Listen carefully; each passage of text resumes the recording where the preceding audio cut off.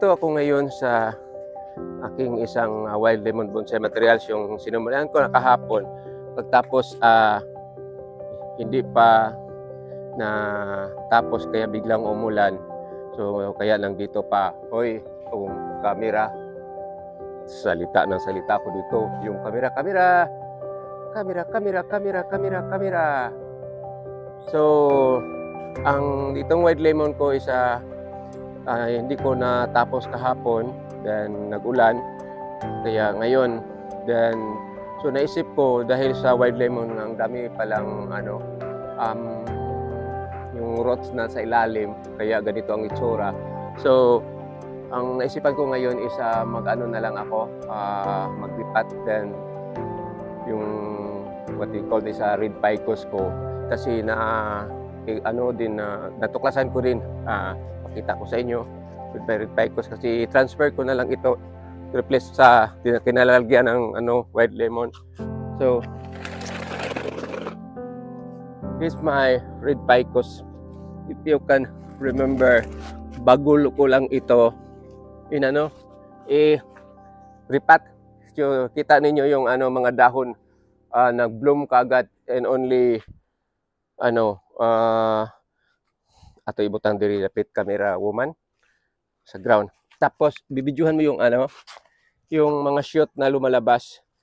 Kagagupit ko lang nito, tapos bigla nang may mga shoot na lumabas. Yun So ibig sabihin, pag mairipat mo pala tapos maputulan mo ng ugat, bigla siyang mag-bloom ulit. So that's why punta tayo dito. So this one here, tagal na ito dahil sapat nga mahirapan ako sa pagtanggal. So ngayon pipilitin kong bunutin ito, then i-ripat ko para maging marami na itong dahon, kasi mukha itong maganda if ever maraming dahon. So ito ang tatrabahuin ko ngayon. So ito namang isa sa yung sinabi ko na before last video ko na akala ko mamatay na ito. So ilipat ko ito dito, replacement sa wild lemon na kinalalagyan.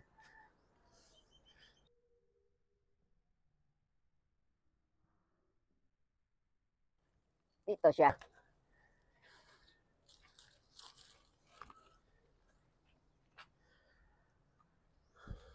So dahil sobrang busy tayo, ang dami kasi ito, kailangan pa itong iripat. Itong wild lemon na hindi ko alam saan ito ilagay, kasi na-mention ko na hindi ko ito idilipulit kasi wala ng oras. Asa man ako ibutang, pang samantala dito lang muna.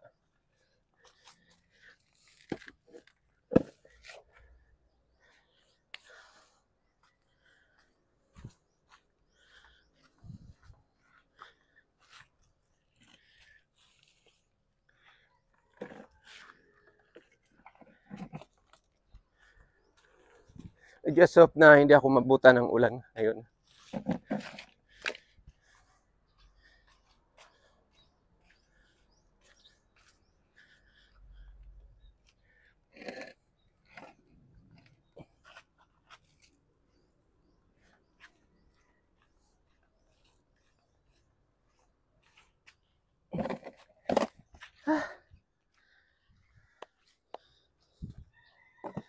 So I'm here. So ito na ang aking red ficus na hopefully hindi ito mahirap bunutin, ng lulusutan na yung mga ugat sa ilalim. So it meant to say nga ito yung dahilan kaya siya marami ding sangang namamatay, tapos konti lang yung dahon. But before we proceed with this one, nais kong pasalamatan lahat ng mga tao,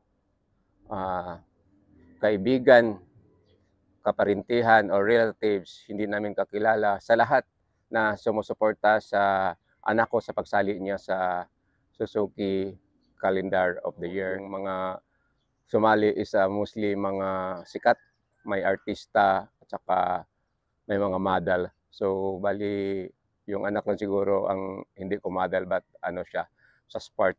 Then minsan nagmamadal din sa school nila.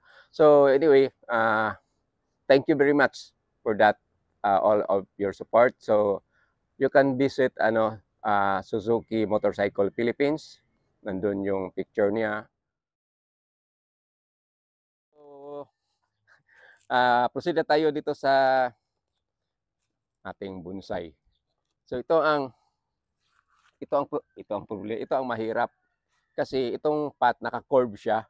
So yung na-mention ko na ito na it's very hard to pull this one. So I'm lucky if ever makali na ko ni siya or matanggal ko ito. Pero I'm sure na it make plenty of damage kung matanggal man ito. So wala itong anchor. Hindi ko ito inangkor. Hindi inangkor. Ay nako. Pero sa tagal ng panahon nalimutan ko kung inangkor ko ba ito o hindi.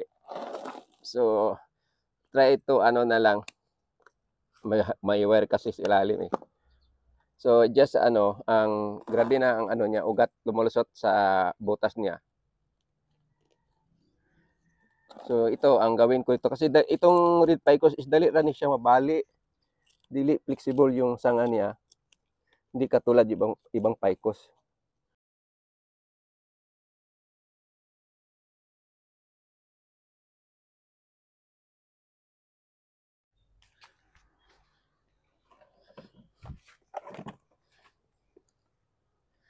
So ito ang problema sa pat na ganitong style. Magkahirap-hirap tayo sa pagtanggal. Kailangan ng power. Akala ko mabunot ko na.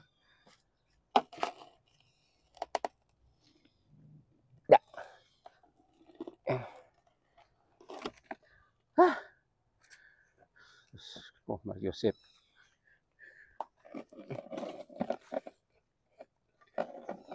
Umapit. Mas umapit.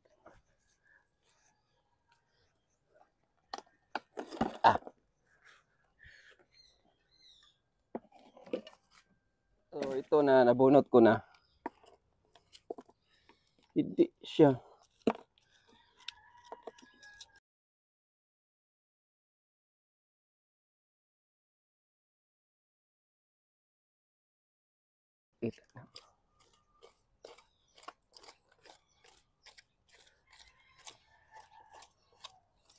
Na tapos na tanggalan ko na ng kaunti na medyo marami ng kaunti na marami.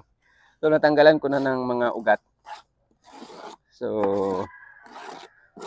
ito ibaba dito sa baba. Then ito ang ipapakita ko sa inyo, yung pot na ganito.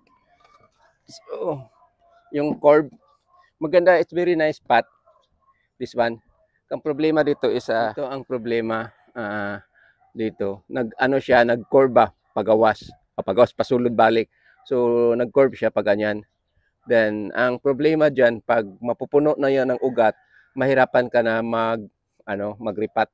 There's a tendency na mabasag yung pot, yung ganitong hugis na pot. So this is a nice pot, pero need to gabso na lang ni mo diri pa kurbada ang rot kung magripat. So kailangan ng insaktong kagamitan sa pagripat ng ganitong klase ng pot. At ito ang gagamitin mo. Suwil, then ang sinagulan. Inihalo ko na ng river sand kasi lapot kay ang soil kasi kaulan lang, tapos wala akong makuha kung saan dito sa lugar ito.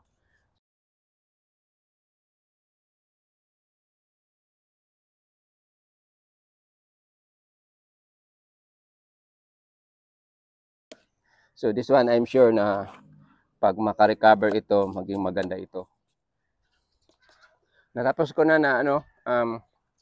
naripat, natanim na pagbalot, pagbalik. So ang gawin ko naman dito is tanggalan lahat ng dahon para hindi siya sobrang stress yung yung halaman.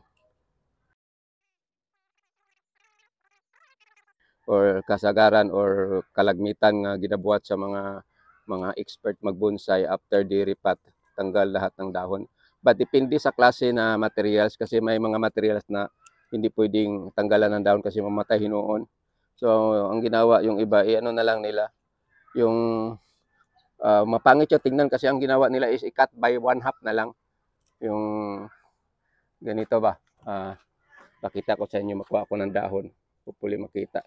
Yung ganito, puputulin nila dyan. So, maiwanan yung katunga, bali half sa dahon, maiwan doon sa halaman. If ever yung halaman mo na sobrang kasensitive ng materials mo. Pero this ficus, I'm not, hindi masyadong, yun, sensitive. So, no need ra sa half, i-depulit na lang.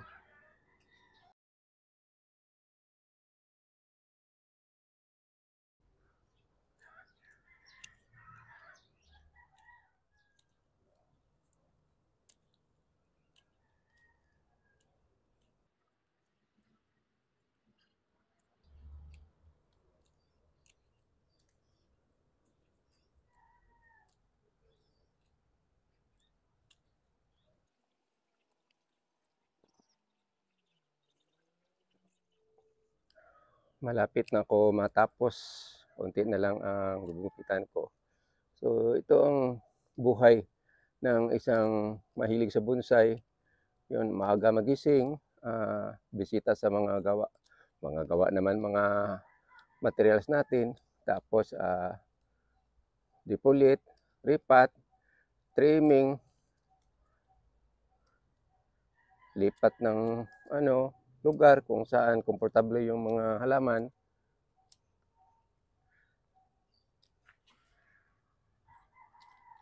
May mga nangamatay na sanga. Maganda na sana ito pag hindi pa ito yung sabi ko na may namatay na sanga. Kaya lang, like one here, kulin ko na lang ito, lipat ko dito sa kabila para mabibend kasi hindi man mabawog yung sanga.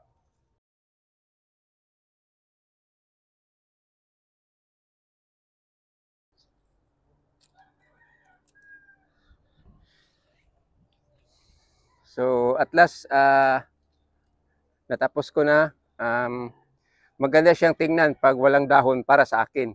Pero itong punuan niya dito ang laki. Tapos maliit, maba. Then it's look maganda talaga pag walang dahon.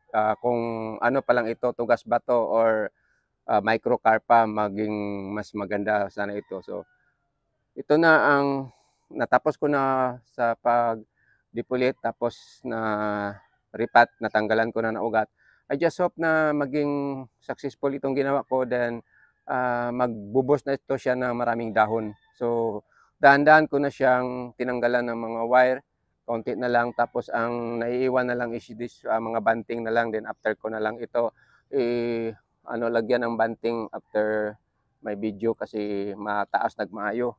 So ito ang itsura, this is the front here, then ito ang itsura niya. So yun ang itsura sa aking bonsai materials na Red Ficus. Yan. Then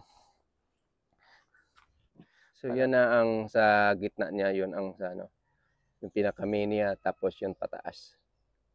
Yan. So ikot tayo. Yan dito sa gilid.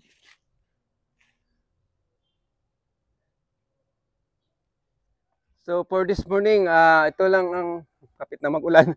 Ito lang ang masishare ko sa inyo about ang idea pala pag magkaroon ng kaunti ng gamot o gamot kaunti ng dahon yung mga alaga nyo, isa puno na pala ng gamot sa ilalim, so kailangan palang iripat. So yun lang ang masishare ko sa inyo, yung mga natuklasan ko regarding about making bonsai from my bonsai materials. At saka hopefully na may maiitulong itong ginawa kong video kahit hindi masyadong maganda. So, ito na. Natapos ko na. And wala na akong masasabi. So, yun lang. Didepolit ko na. Lagay ko ito sa siege area. Then after that, hintayin na lang natin kung ano mangyari dito. So, again, maraming salamat sa panonood. God bless you all. By the way pala, salamat sa inyong suporta sa anak ko bilang sumali sa Calendar Gear sa Suzuki Motorcycle Philippines. Kung gusto niyo makita siya, nandun siya sa Facebook page ng Suzuki Motorcycle Philippines Facebook. So, again, maraming salamat sa nanonood. Bye-bye!